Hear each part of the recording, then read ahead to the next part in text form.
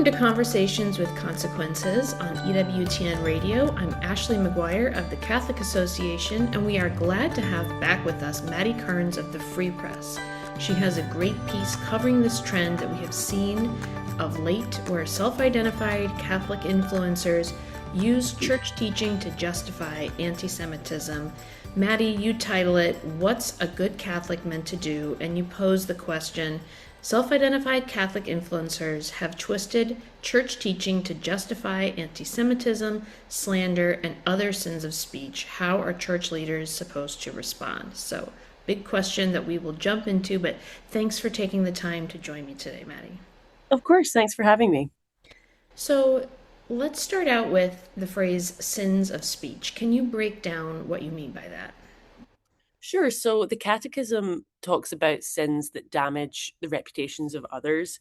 So we're supposed to safeguard one another's reputations. So these are sins of slander, that's saying things that are false in order to harm another person's reputation.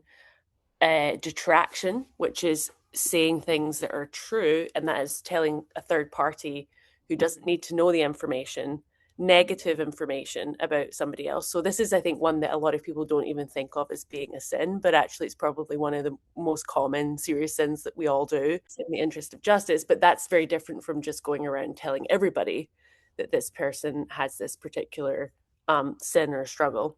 And then there's other things such as rash judgment. That's jumping to negative conclusions about somebody before you've really had the chance to sit down and consider the facts or give people the benefit of the doubt. And then, of course, we can use our words to put into concrete terms sins of our heart. So whether that's something like anti-Semitism or hatred towards whole groups of people, we might use our words to kind of promote those things which the church teaches are serious and sinful. Do you see a certain point at which this really took off? Especially, I think as we're both Catholics, it's nothing new to see these sins of speech, slander, and even I would add in just profanity, just like lewd speech, which I don't know if theologically that's considered another sin of speech, but the Howard Stern era is what I grew up in, but it's seeing it among the Catholic influencer world feels relatively new.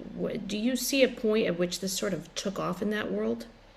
Yeah, definitely. I think social media and the ascent of social media, maybe in the last 10 years and maybe even more so in the last 5 years, there's all sorts of perverse incentives to do with living in an attention economy.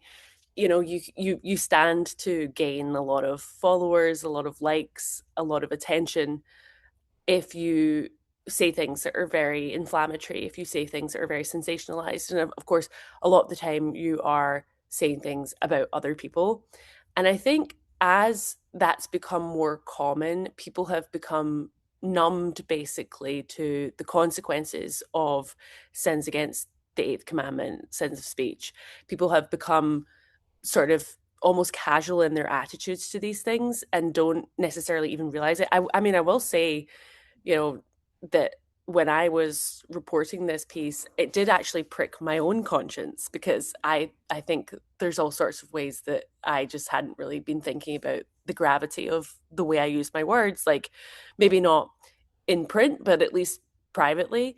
And I was kind of encouraged in a way to have quite a lot of people reach out to me and say, "Oh, I read your piece. It really made me think more seriously about this and it pricked my conscience." Like obviously, it just demonstrates that these are things that have become so common and such a prominent feature of our public discourse that it's easy for people to get sucked into it without even realizing that's what they're doing. So I absolutely agree that this has become more and more common as social media introduces all of these sort of perverse incentives and very high profile people engage in this. There's also been, if we look at our political discourse, there's definitely been a cheapening as polarization has affected America. And, since sort of 2016, there's been, it's no longer, well, we agree to disagree. It's the other side is not just wrong. They're like deranged and evil and are bringing about the demise of America. So there's that sort of heated sentiment as well, which again just radicalizes people in ways they don't even realize. Right.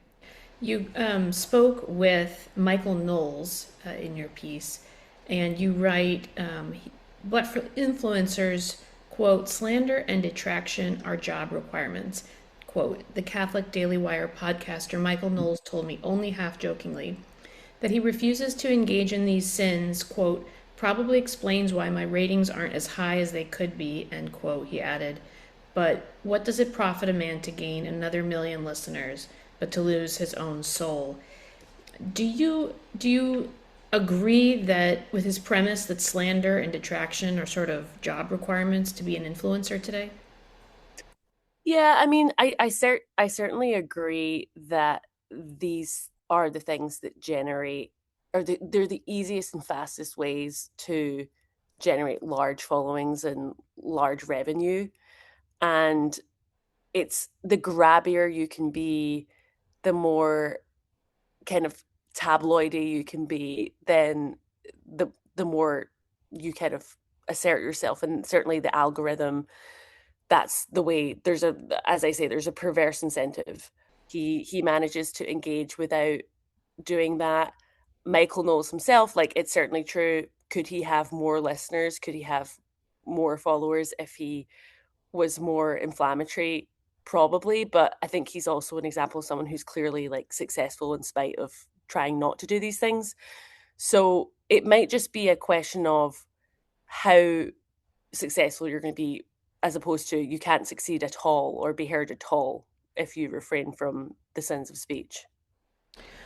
Well, it certainly was interesting to me to watch the rise of Carrie Prejean Baller in terms of perverse incentives.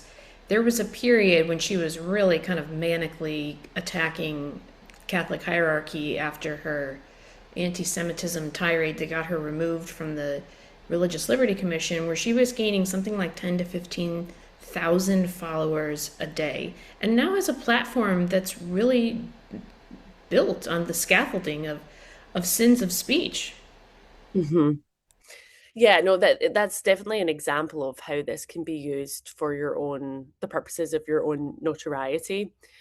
I think really the only answer that we can have about this is to sort of rise above it, because there isn't, and this is the point that Michael Knowles was trying to make, that I think was perhaps lost even among some of his colleagues at the Daily Wire. So he was put on the spot by Ben Shapiro, who said, you should speak in stronger terms against Candace Owens. And Michael Knowles has said repeatedly that Candace Owens is wrong in her behaviour, especially her attacks of Erica Kirk, the widow of Charlie Kirk.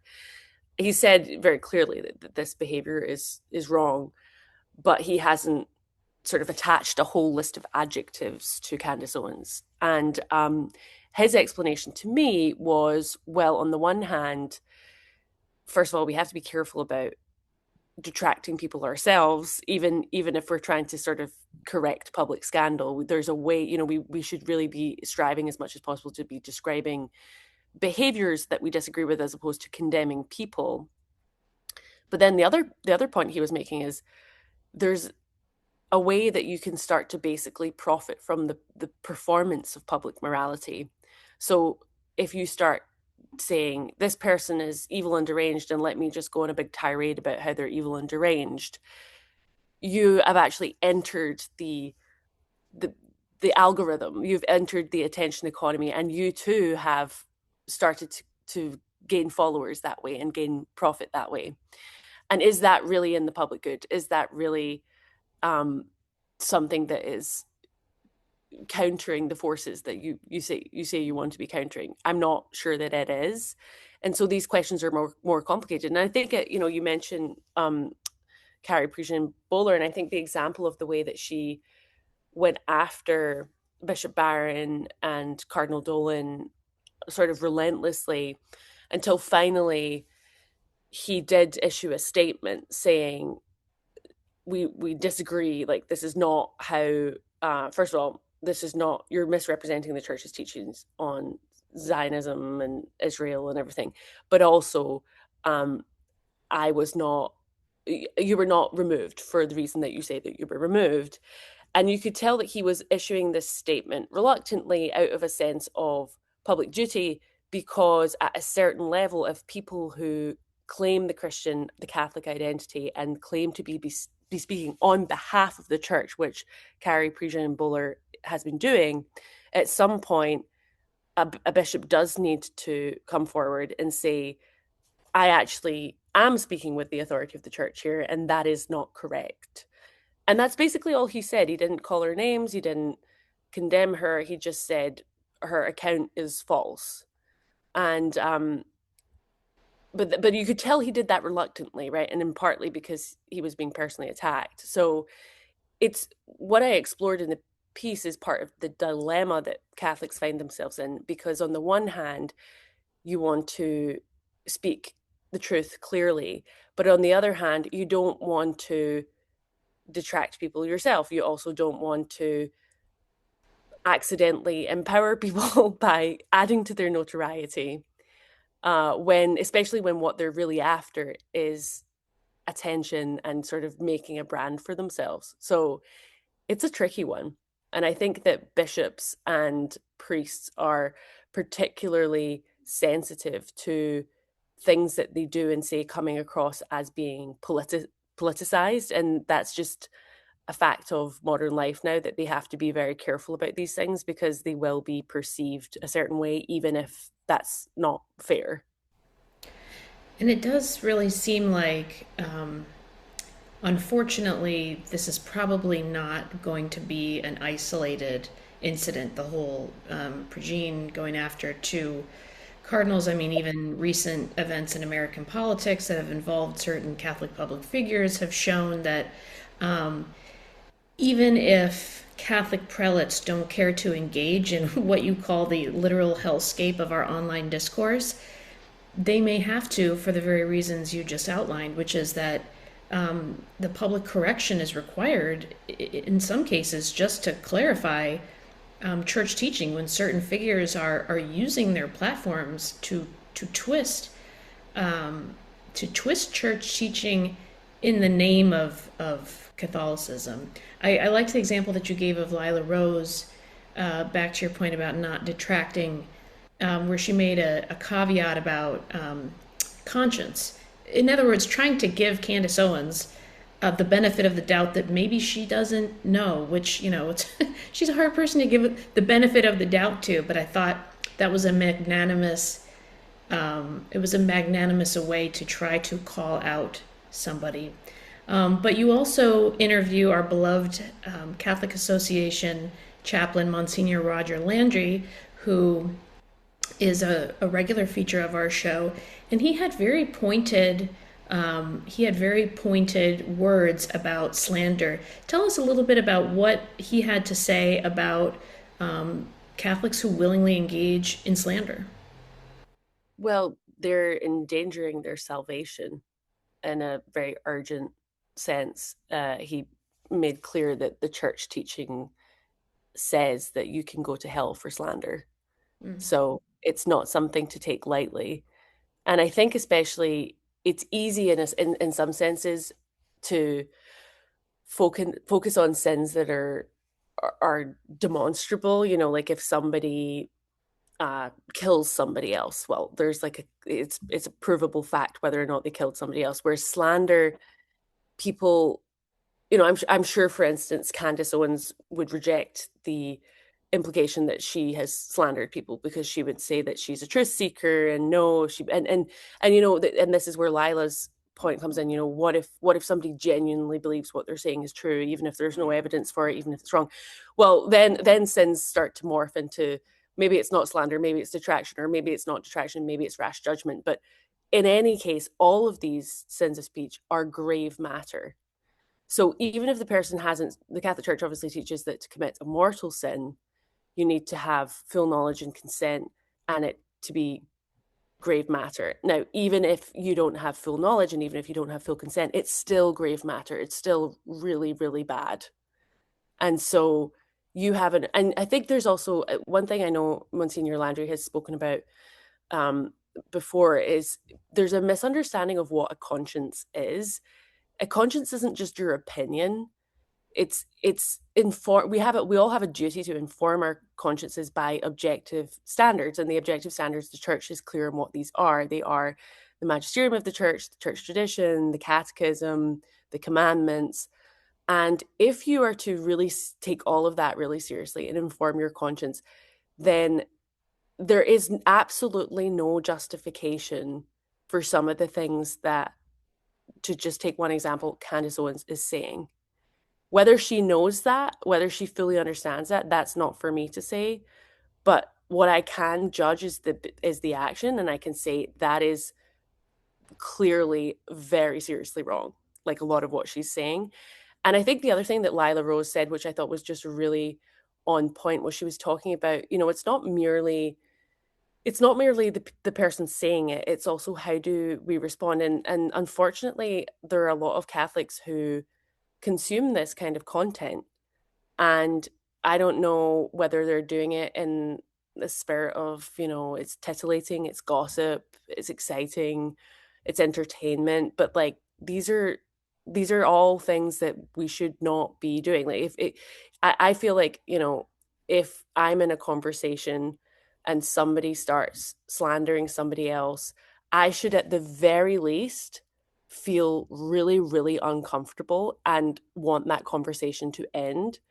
It would be better if I could stand up for the person being slandered or disagree or give some sort of witness, but at the very least, my witness should be, I'm not consenting to be part of this. And I think that's something that we've lost when it comes to the online blogosphere, podcasts. This is something people just really don't think about. They don't think about the fact that they are choosing to listen to something that is poisonous for their soul. And I think Monsignor Landry, as you say, was very clear that these types of speech are very simple and very degrading.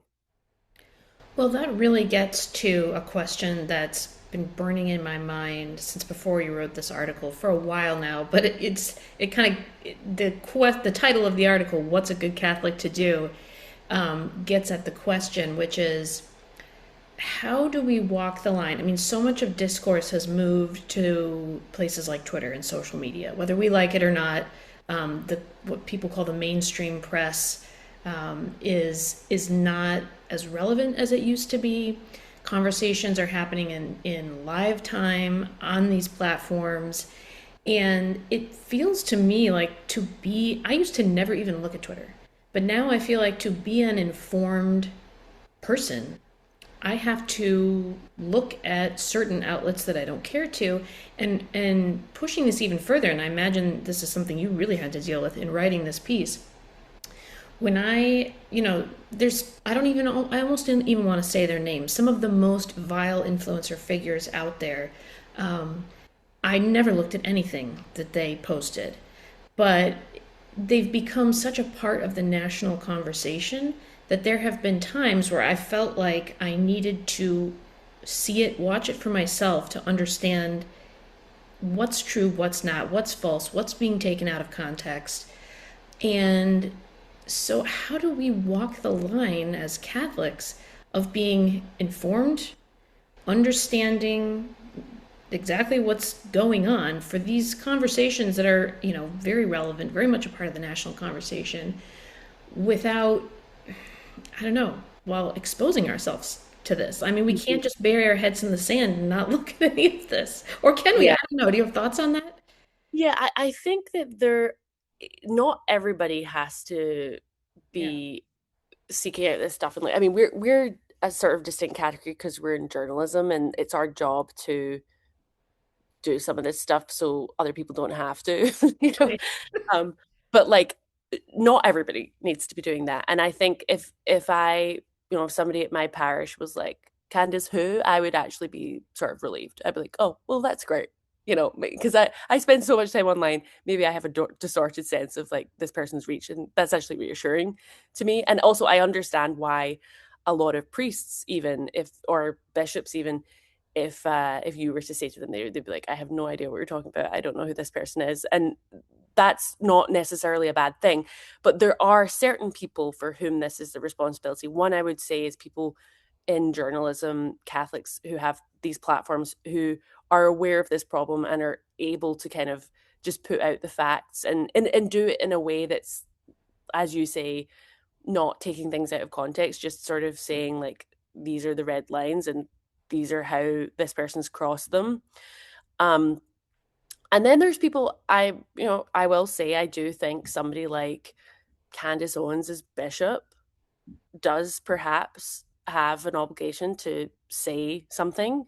This is happening, and he's her shepherd, and he must be made aware of this problem. I'm sure. Well, I know that they're aware of who Candace Owens is and the fact that she's an active member of the Diocese of Nashville. So he really is somebody who I think should probably say something, and any priests in her life should say something to her, not necessarily publicly, but they should say something privately at the very least. I don't know if these conversations have happened or are happening. So it depends what your role is, but it's not necessary for everybody to trouble themselves with this and poison their minds with this, but they should be aware at the very least of where the dangers are so that they can avoid certain podcasts, I think. Um, and so I think, somebody like Lila Rose is actually a good example of she's engaged with this as much as she feels she needs to, but she's certainly not wasting all her energy and all her time talking about this. Mm. She's engaged and she said very clearly what she thinks, but she's focusing her podcast and her efforts and her talents on the good, the true, and the beautiful instead of getting bogged down in other people's toxic nonsense. Right. Right. It's just, I got to imagine it's so hard if you're a young person out there and you're trying to, um, you're seeking things out. You're seeking out information, ideas, and you see, these people with these huge platforms and think they have these large platforms because they have worthwhile things to say, and it's sort of a brave new world in that way. But just one last question on that note, on a more positive note, are there a few examples that you can think of or offer to our listeners of influencers or people who have used their platforms well, who are worthwhile? I mean, Bishop Barron is to me the gold standard of someone who comes to mind. But who do you like to follow? Yeah, so I would say that I'm not a typical consumer of these things because I'm a reporter, so I'm listening to so many different Sure. people, not all of whom I agree with or would feel comfortable endorsing their whole package. But in terms of people who I think are really honest and really sincere and very careful in how they talk about other people, I think certainly my colleagues at the Free Press, we try to do that. I would say Ross Douthat at the New York Times Yeah. is really a very good example of somebody who engages charitably.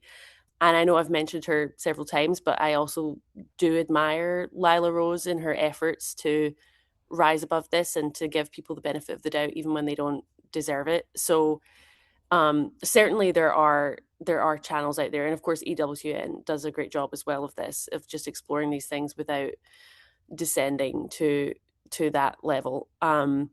But yeah, but I mean the best thing people can do if they want to figure out, should I be listening to this person, shouldn't I be listening to this person, is to read the catechism and just get a sense of whether the person they're listening to is just habitually violating these moral precepts or not. And once you've read what the catechism says and you've listened for 10 minutes, then you should have a fairly good idea of like whether or not this is worth your time. Right. Right. Well, Madeline, thank you so much for coming on and talking today about this very important topic. Where can our listeners follow your work?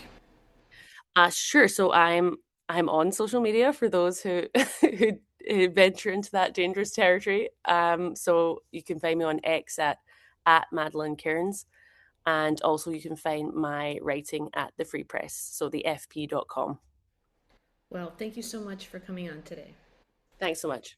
Every morning, the Catholic Association reviews all of the latest news and sends our subscribers a carefully curated collection of the most important news of the day. Items are specifically selected for a smart Catholic audience like you. Don't let the world take you by surprise. Subscribe to our daily media roundup at thecatholicassociation.org. We'd like to take a moment to thank all of our loyal listeners who tune in each week to Conversations with Consequences. As you all know, the Catholic Association is everywhere. We were on TV to cover the conclave and the election of the new Pope. We're in print, we're online, and we're on social media. We've just launched a new Substack to expand our media presence and offer more great content from a Catholic perspective. We're on X, and now we're on Substack for Catholic Conversations with TCA, where we're featuring exciting new interviews, commentaries, videos, and more, featuring our fellows, Ashley McGuire, Lee Sneed, and Betsy Fentress. And we'll be having guest columnists each week as well. Just recently, Ashley shared some little-known facts about Saint Carlo Acutis. Lee Sneed writes about her book on infertility, titled Infertile but Fruitful, and explains why she decided to write the book. So many people had responded to her columns and podcasts on her journey toward becoming an adoptive mother that she felt called to write a full-length book about it. And Betsy Fentress writes on hospitality and the will to live about a friend's father and a family friend with no relatives who were brought back to life by food, attention, and love. We hope you'll subscribe to our Substack. It's free. You'll find it at catholicassociation.substack.com, and we'd love for you to join us in our continuing Catholic conversations.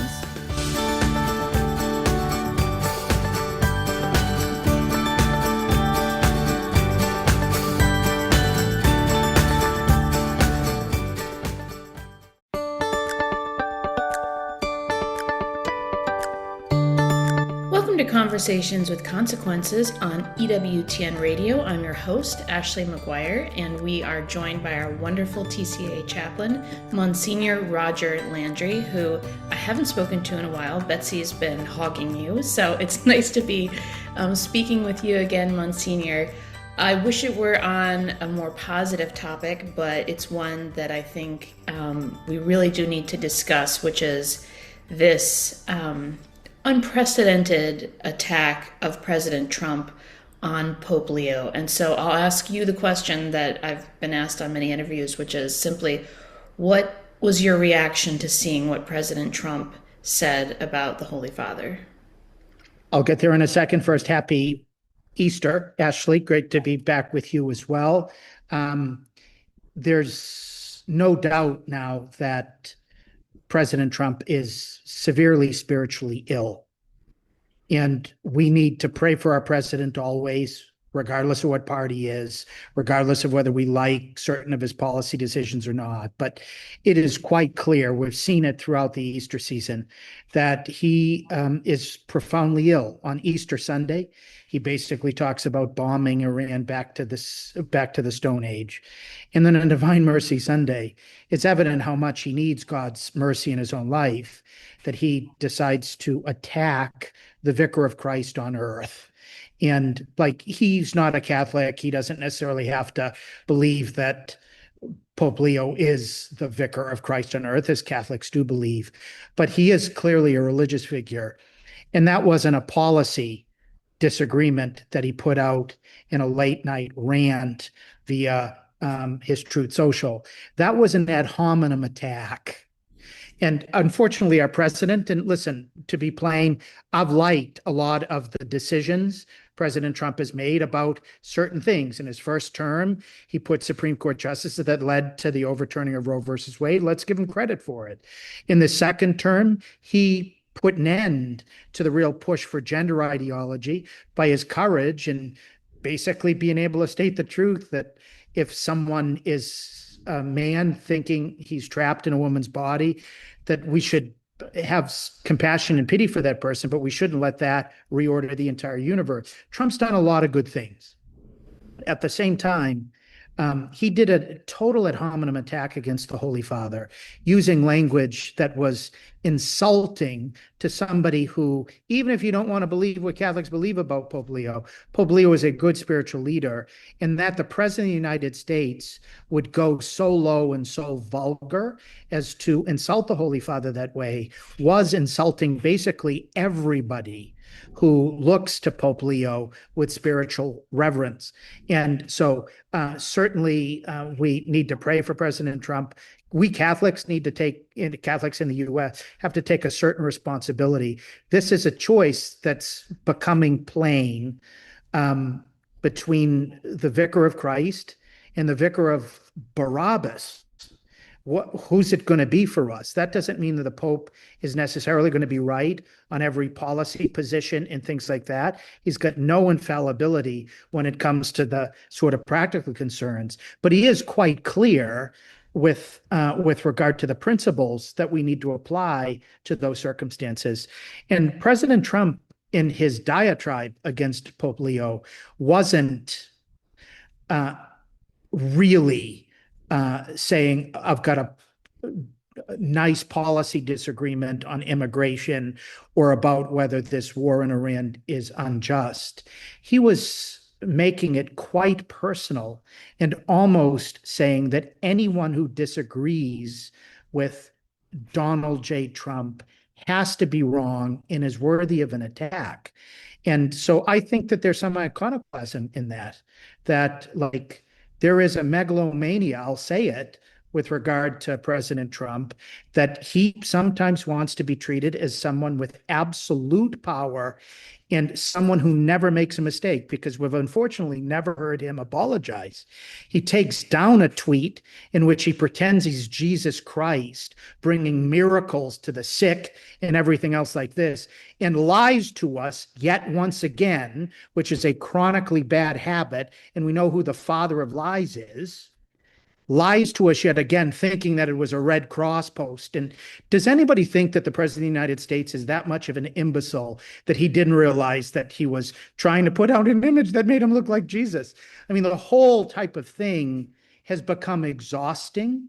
And it's time, just like he helped us to do with gender ideology, when we recognize that those who believe that they're trapped in the wrong sex, he helped us in society to realize that those people need some mental help. We now have got to come to the conclusion that our president is psychologically and spiritually very ill. This is not what normal people do. This is certainly not what good people do. This is what teenagers do at their worst. And Pope Leo's responded to President Trump like a grown-up.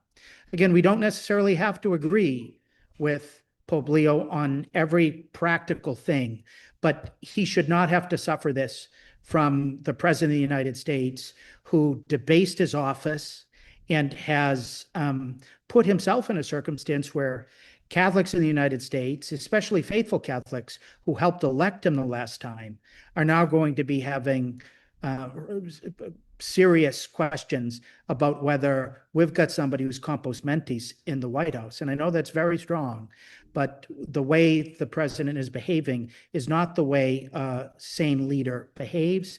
And it's clearly not something that I think Catholics are going to look at and say, this man rarely represents me and my values, if he's going to be doing such an ad hominem attack against the 267th Peter and the first Pope from US shores. You know, the way you describe what Trump is looking for sounds like infallibility, which is funny because there's so much misperception about papal infallibility. Can you tease out a little bit? Because I think this is where some of the sticking points are. You know, some people have said, well, Pope Leo, he provoked this because, you know, he weighed in on a U.S. political issue and he should stay in his lane, things like that. And also that, you know, this notion of whether or not Catholics are required, you know, what they're supposed to agree with or not, and whether the Pope is speaking infallibly. Can you tease out that a little bit? Because it seems really dangerous to me that suddenly we're seeing, even from conservatives, people arguing that the Catholic Church should not be weighing in on geopolitical matters or political matters at all. If Pope Leo were to weigh in and say, I'm blessing what Trump is doing in Iran with both hands, nobody would be complaining. They're complaining because he's not on board with what President Trump has decided without the advice and consent of Congress, without the US people behind him, to wage a war against Iran, recognizing that the whole world and future generations of Americans may have to pay the consequences of that. It's not that the Pope is weighing in on an issue with political ramifications. He's weighing in on a moral issue. War is a moral issue, and it needs to be up for moral justification. And the reason why people are upset is because they don't like the fact that he's trying to pump the brakes on what's happening. It's a similar thing with immigration, that when Pope Leo has been asked questions, it's not that he's written a letter unsolicited or anything else like this. When he has been asked questions, he's responded to the questions. Now, there might be some people who want the Pope just simply to say no comment. That's a political issue in the US. How dare I comment on anything? Nobody, in those criticizing Pope Leo in this case, would really care all that much if he were to intervene with regard to pro-life positions or other things like that. People would expect it and not be surprised. But because he is the conscience of the globe, saying the way we're handling various of our immigration things are not consistent with morality. That doesn't mean you can't have borders, safe, orderly, and regular immigration proceedings, that there's a difference between legal and illegal, that there can't be deportations. He's not saying any of that. But he's basically saying, are we really treating our brothers and sisters with humanity? And then people who recognize that some of the positions of the administration with regard to the way we've treated individual immigrants, legal or illegal, in the country, and even citizens who happen to come from foreign countries, acting and moving them even before we have all the information, that's less than what's consistent with their dignity. People don't like those types of interventions. And that's really where this is coming from, that the Pope's not on their side. He's not blessing everything that they're doing with regard to immigration or with regard to war, for example, because these are the two most pressing concerns about which people are being forced to choose between allegiance to a political philosophy with regard to these issues, not to mention some cases to political decisions that were made, that if the Holy Father's not on that side, it is going to ping the conscience, and it should ping the conscience. Doesn't mean the Pope's always right. These are applying principles to concrete circumstances, and the application can be wrong. That's not covered by infallibility for certain. But nevertheless, he has a very well-informed opinion morally, and his opinion should matter to every Catholic. And if he's saying that there are some moral problems with what we're doing with regard to the situation in Iran or with the situation within our borders or at our borders, everyone, not just Catholics, but everyone should be asking, are we doing everything the right way? Not whether we've got justification to do something, but in the actual execution of the game plan, are we doing it in a moral way? And we need to be humble enough to re-examine in those circumstances, and then engage, if we have to, on some of the principles. But there is a just war tradition, and just war tradition is very clear. And to me, the presidential administration has not made any real attempt to justify it. There have been people who have foolishly, on the conservative side, tried to say, well, if we stretch things, it might be possible for us to justify if Iran were to have the stuff for a nuclear weapon and we distrust them and everything else. Sure. But every time we say that, what's happening today is that's more or less being used to justify the prosecution of the war as it's been taking place, including with words that are threatening on Easter to bomb a civilization back into the Stone Age. I mean, if we're trying to say that it possibly could be justified, that doesn't mean this is justified, especially as persecution. So we've got a lot of these issues coming in. For a Catholic, I think we always have to listen to the Holy Father in terms of considering what he's saying. We need, in our own prayer, to be able to see whether those principles apply to these circumstances. And we should never begin to say that because the President of the United States doesn't like to be criticized and goes on a full frontal ad hominem attack, even including against members of his administration who put forward some objections to things, we shouldn't be intimidated to do that. We are the disciples of the one who has conquered the world.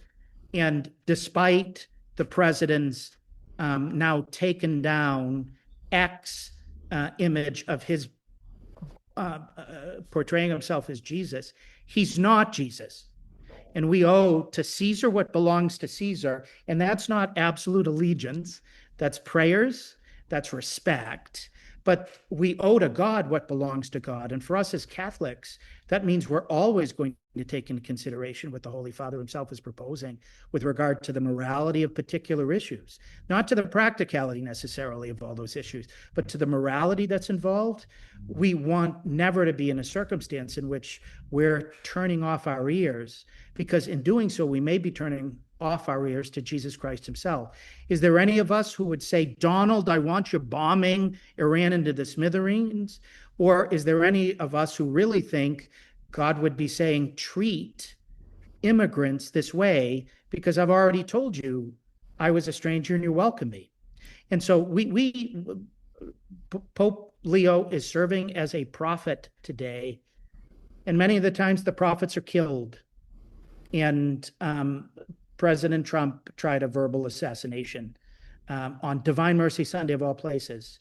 And to be blunt, Ashley, because I'm just righteously angry against what Trump put out that night. As priests, we regularly see people who are tortured by unexpiated guilt. And they don't even know where it begins. And there are all types of behavior over the course of time that if they're not regularly receiving God's mercy and that fresh start that God wants to give us, it can compound, it can impact the way they think, it can impact their will, it can impact their decisions. And I think that what the president was doing in that rant on Divine Mercy Sunday was a cry of desperation for actual help. He was taking on an icon on earth of the divine, that we actually have a person who represents Jesus Christ, the Messiah, as the successor of St. Peter. And there was an iconoclasm that went against this person who is a sacred person and went after him in an ad hominem way. And this is not coming from virtue and grace. And so we need to pray for our president. That's my main message, because he really needs God's mercy, and he needs the humility to admit when he makes mistakes and humbly say sorry.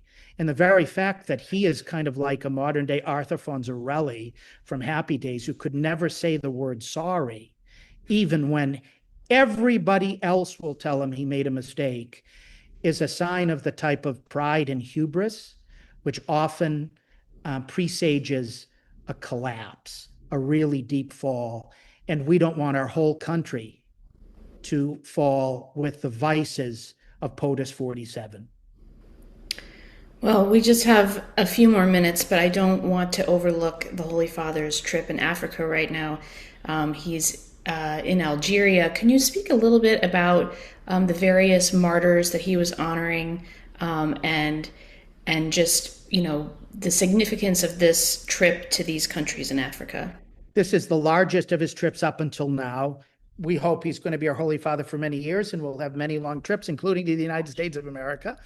But he's going to 4 different countries in Africa. He began in Algeria, which is where St. Augustine, his spiritual father, he's an Augustinian monk originally, where St. Augustine comes from. So he had a very moving visit to the place where St. Augustine used to serve in Hippo. He honored all the martyrs of Tiburtine, these Trappist monks who were killed by Islamists for doing nothing other than not being fundamentalist Muslims. These are the most peaceful people you would have, who spend their whole life in a monastery praying for their people in their surroundings. And so Pope Leo went to basically honor their witness of prayer, their witness of love for Algeria and all the Algerian people, regardless of what their religion is, their ultimate love for God, and trying to bring a little bit of the peace that comes from God to Algeria. I'm very happy he went there. Today, as we're recording this interview, he's left for Cameroon, a country that needs a peacemaker, because the English-speaking part of the country and the French-speaking part of the country have had some very difficult disagreements, and there's more or less a civil war going on in Cameroon. From there, he's going to go to Angola, a Portuguese colony, which is very, very poor, and then to Equatorial Guinea, a Spanish colony. So he's united all of Africa, more or less, by this visit. He's gone to a place in which you speak Arabic and French, then to a country that speaks French and English, then to a country that speaks Portuguese, then to a country that speaks Spanish. And so you're going to have our Holy Father speaking all of those languages, praying with the people in each of those countries, trying to bring the light of Christ and the hope that comes from knowing that God with us is with us still, to this place of great Christian growth in the midst of persecution and in the midst of poverty. And so I'd urge everybody to try to follow this trip, because he's not just speaking in 4 different languages to Africans. He's speaking in the languages of the world to the people of the world about the path that really leads to the type of peace and unity among all the creatures of God that we all deeply long for, especially during this Easter season, when Christ says to us, risen from the dead, peace be with you. And so in the midst of a world now revulsing in conflict, often precipitated by one person, we need somebody else who's not just a peace talker, but a peace wisher, who's never asked himself to win the Nobel Peace Prize. He's just going out there trying to bring peace to these countries that definitely need a little bit of direction. And so his message will transcend their national boundaries.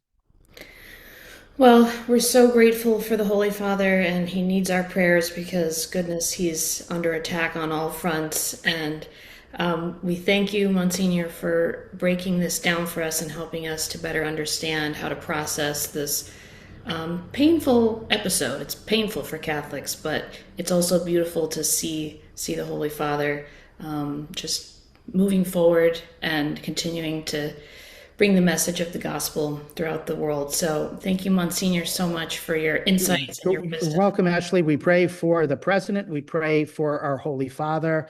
But we've got to remember that, like, if President Trump attacked our mother, even though some of the times we might disagree with our mother, we would rightly, most of us at least, I hope, stick up for our mom. And that's what we're doing. We would do it even if our mom, or in this case, our Holy Father, were wrong. But in this case, he's right. Not on every particular, but he's right on the principles. And now's the time for us to speak up with one voice. And thanks for the opportunity to speak, Ashley. I hope I didn't offend anybody. I didn't mean to offend anybody. But these are the types of outrageous and egregious things that, if we don't denounce them as they deserve, they'll just propagate even more. And it's time for all of us to say enough. Amen. Thank you, Monsignor. Welcome back to Conversations with Consequences, where I am joined by Monsignor Roger Landry, our TCA chaplain, and we are here to talk about a very exciting beatification happening in the United States in September. Monsignor Landry, take it away. 2 weeks ago, on the Solemnity of the Annunciation of the Lord, as we were pondering the Archangel Gabriel's great words to Mary, we were able to apply them to another context. Rejoice, you have been filled with grace, the Lord is with you, as the Vatican published the date that we would be able to lift my predecessor, Fulton J. Sheen, the former national director of the Pontifical Mission Societies for 16 years, to the altars.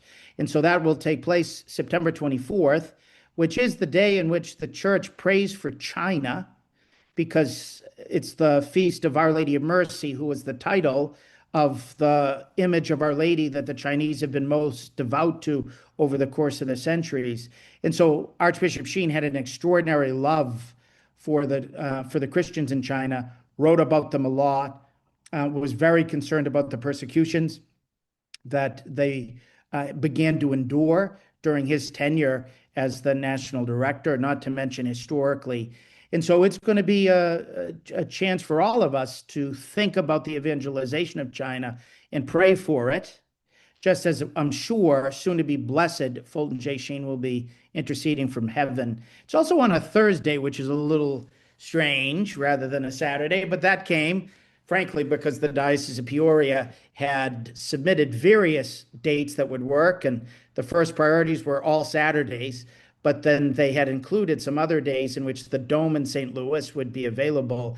And anytime you do that, I tell that to every listener of Consecration with Consequences, they say that this would be a good day. And so they chose a Thursday, which might make it a little bit more challenging for Catholic families with students in schools to attend if they're beyond the sort of geographical region of St. Louis. But there's a fittingness likewise to a Thursday in which Catholics always ponder the Holy Eucharist on Thursday because we had the Last Supper on a Thursday. And Fulton J. Sheen is the greatest preacher in the history of the church on the importance of a Eucharistic Holy Hour. If it is really Jesus in our tabernacles and in our monstrances, and of course it is, why wouldn't we want to make time for him?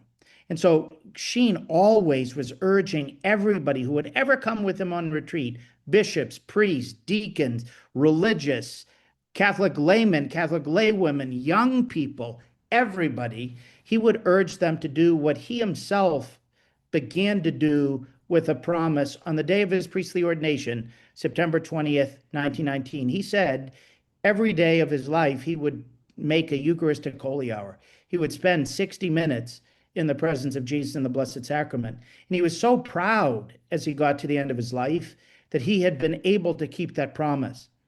And he said, lots of people wonder where the fire comes in the pulpit. It comes from that holy hour with Jesus, he says. Lots of people have wondered where the eloquence comes from. It's by my sitting or kneeling in front of the Word. Everybody asks, like the fruit of the missions and everything else. He says, it's a consequence of the intercession before Jesus in the Blessed Sacrament. So there's great fittingness, likewise, that it's going to happen on a Thursday there, September 24th in St. Louis. When John Paul II came there in 1999, they jammed 103,000. I was there. Yeah, I was in Rome. I would have been there had I not been in Rome studying to be a priest. But I remember following it, and some of the great photos of St. John Paul II come from 1999 there in the Dome in St. Louis. And so 103,000 were able to be fit there. We'll see how many tickets we're able to give out, but I'm very grateful. I think we're going to start by distributing about 70,000 tickets. But if there's greater need, we're happy to know that the Dome had the largest indoor crowd of all time at that Mass in January 1999 with St. John Paul II. Well, we are all very excited about this, and we look forward to lots more information from you. And I hope you're going to reissue any books that maybe might not be in print. Well, we've got so many publishers who are contacting me asking for permission, and that's pretty easy. And then lots of them are asking me to write books over the course of these next months or put together things. That's going to be much harder as I'm doing the other parts of my job. But if there are other listeners on Conversations with Consequences who love Sheen as much as we do, there's a huge opportunity of interest for us to be talking about Sheen and his continual relevance to the growth of the faith in the United States and across the globe. Thank you so much, Monsignor Landry. Happy Easter.